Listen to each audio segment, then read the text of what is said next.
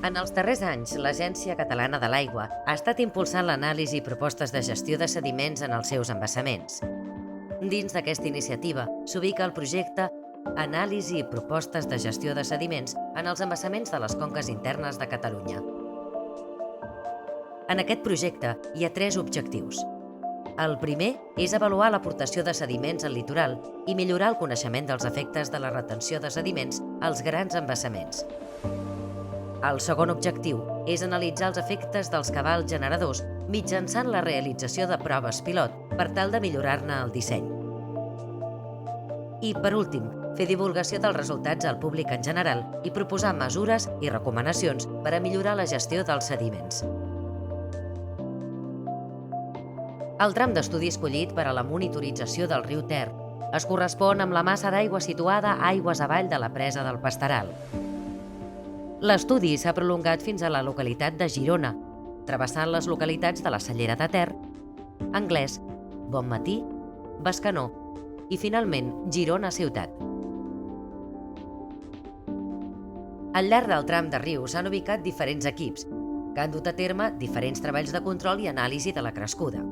Entre ells es troba la UTE Lavaqua Cervaical, que ha estat l'encarregada de coordinar tots els treballs de monitoratge al municipi de la Cellera de Ter, l'IRTA, que ha dut a terme treballs de monitorització en 2 seccions, al municipi de Bonmatí i al pont de Fontejau, i la Universitat de Girona, que es va situar a la zona de la Pilastra, a l'entrada del riu Ter, a la ciutat de Girona. L'hidrograma escollit va ser l'aportat per la presa de Susqueda. La crescuda es va iniciar la matinada del 23 de novembre i es va perllongar durant més de 15 hores, arribant a un cabal màxim de 78 metres cúbics per segon. Al nord del municipi de la Cellera de Ter es van posar els sediments a ser injectats durant la crescuda generadora amuntegats de forma paral·lela a la llera del riu en 5 piles de 10 tones cada una. La barreja seleccionada va ser de llims i sorra. En aquest mateix punt es va realitzar un timelapse de la jornada de treball. El pont de Bonmatí, a uns 6.630 metres del punt d'injecció dels sediments, es va situar a la secció d'entrada de la monitorització i l'IRTA va dur a terme els següents treballs.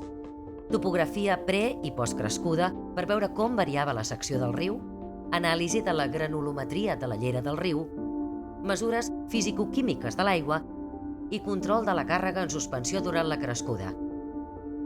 A la zona de la Pilastra, a uns 8.530 metres del punt anterior, la Universitat de Girona va realitzar els següents treballs de monitoratge. Instal·lació de trampes de sediments a diferents cotes de la làmina d'aigua, control de terbolesa de la columna d'aigua, anàlisis de la distribució i concentració de sediment. I, finalment, al pont de Fontejau, on es va situar la secció de sortida, l'IRTA va realitzar els mateixos treballs de monitoratge que al punt d'inici per a poder analitzar les variacions en els paràmetres d'estudi al llarg d'aquest tram de riu. Aquests treballs constitueixen un primer pas a l'estudi de l'aportació de sediments sota presa a les conques internes catalanes i a l'anàlisi del paper dels cabals generadors en el manteniment del bon estat del riu.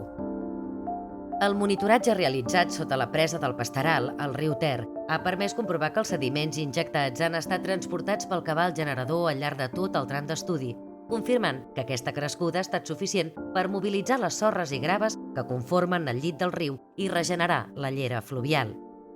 Arrel dels resultats del projecte, es mantenen els valors dels cabals generadors establerts en el pla de gestió al considerar-se adients.